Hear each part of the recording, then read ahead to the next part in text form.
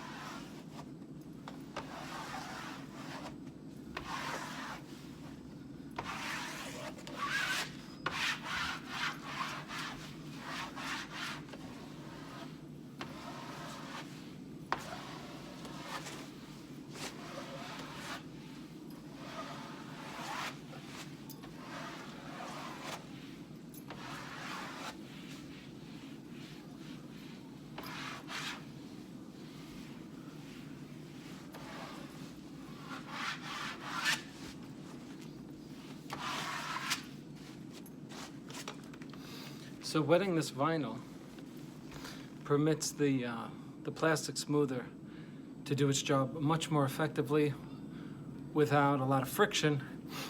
Friction discolors the paper.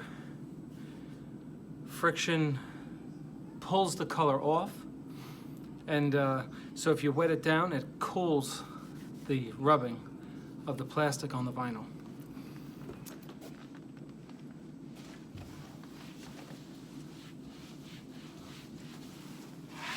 If you don't do it, you can put the plastic smoother right through the paper. Okay.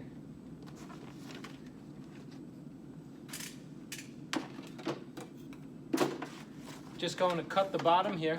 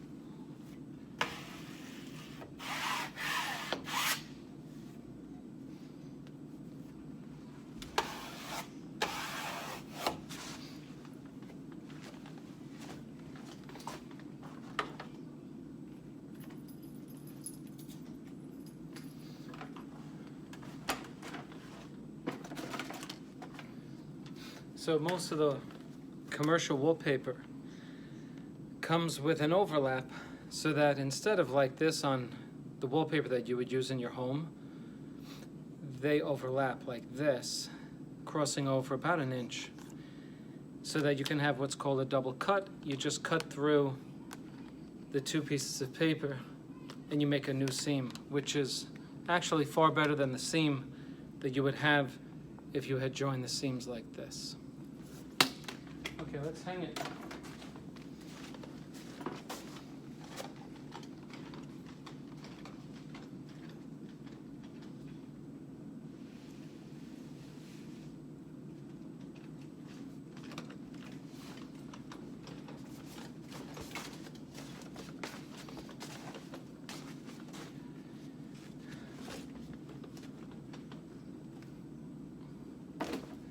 Now, because we're hanging paper on the corner here, you would want to put extra adhesive on the corner because this is a challenge, keeping the air bubbles out of this corner and keeping the wallpaper tight.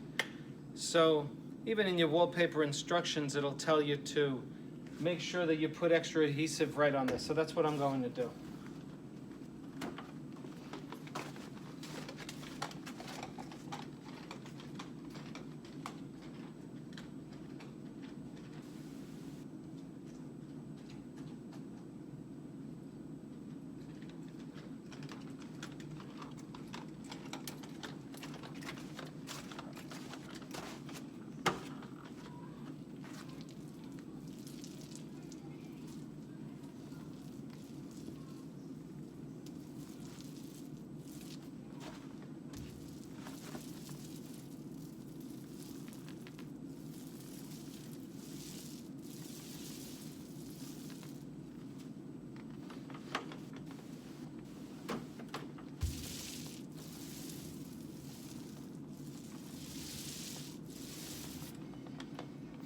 There are several ways to do a double cut.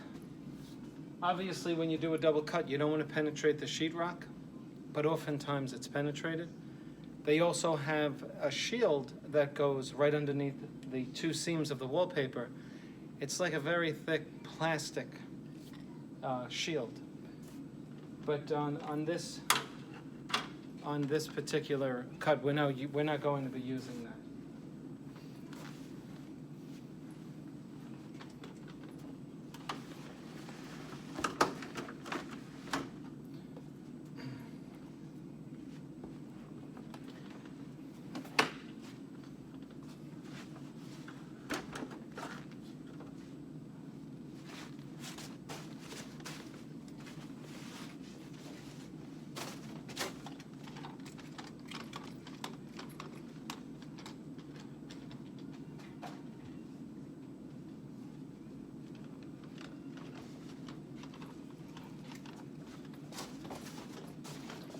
Folded wallpaper is okay, but bent wallpaper, you see where my finger is right here? If you were to crease this and fold it, you'd never get the wrinkle out. So you want to keep it where there's a radius instead of a bent corner.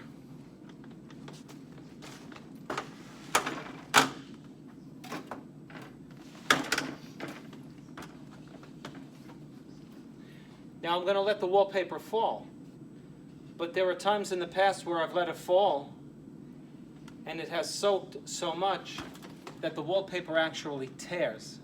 This is commercial grade paper, it's very strong, but you don't want to be dropping wallpaper and expect it not to rip. You want to be gentle with it.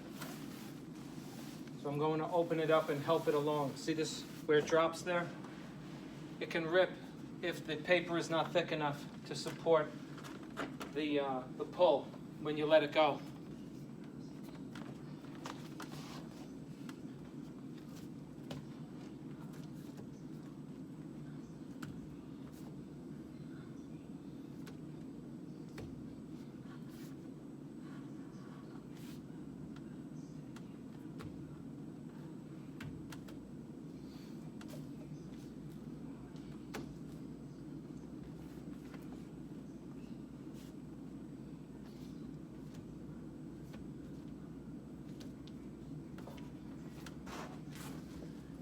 Sorry, there's nothing funny about hanging wallpaper. Ha! Just plain old work.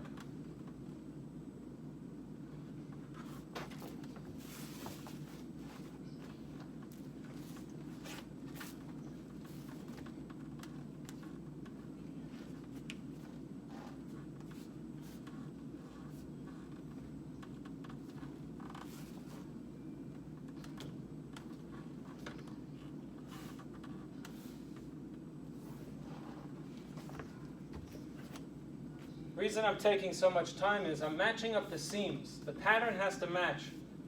And because it's overlapped, there's a lot to take into account. And you have to get it right the first time.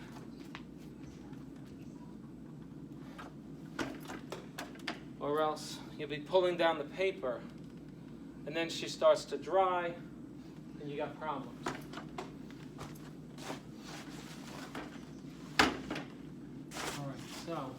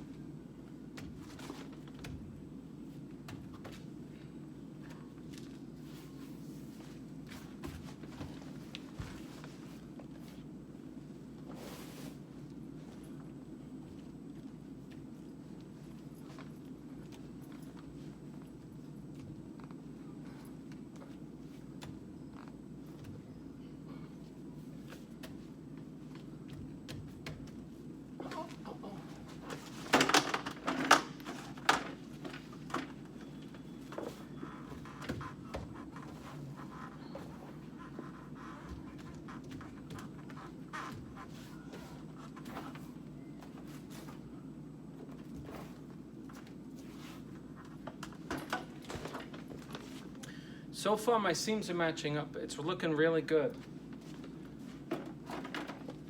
But now I have to be careful not to cause too much friction. I'm using my hand, which is a lot better than using a piece of plastic that's going to heat up and take the color right off of the overlap. So I'm using my hand as much as I can, even though this would do a much better job. But it would take the color off.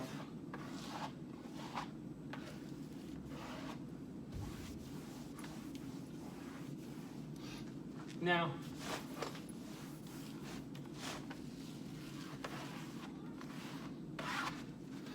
there's a general rule when you're on a corner here. You don't want a corner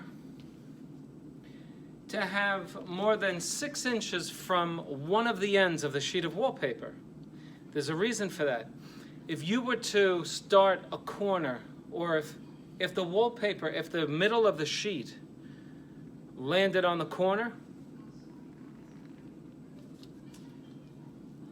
it would be very hard to avoid an air pocket on the corner. So they say as a general rule, if you're hanging wallpaper on a corner, you want to have 6 inches from the corner a cut seam. This way you can squeegee all of the air out of it. And you don't want it less than 6 inches because then the paper tends to pull off the corner. But this was an architectural design, I have no choice. It just happened to be that we have 8 inches from the, actually 6 when I cut it, just about.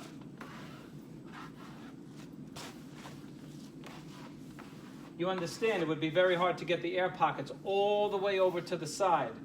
They would go right back to the corner and rest there.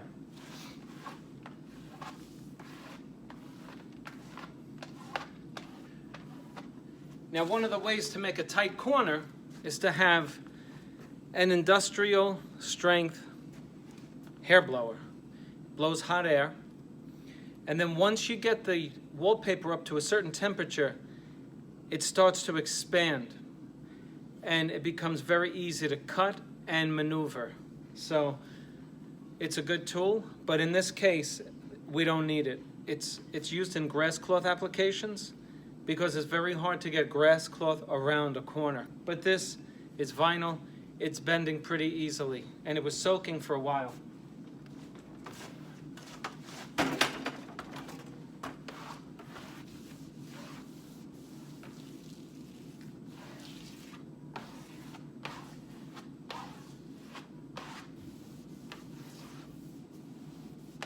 Corner's coming out very nice. Nice and snug. Nice and snug. I've ripped wallpaper before by just doing this.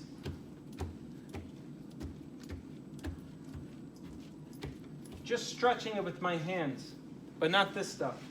You're not ripping this.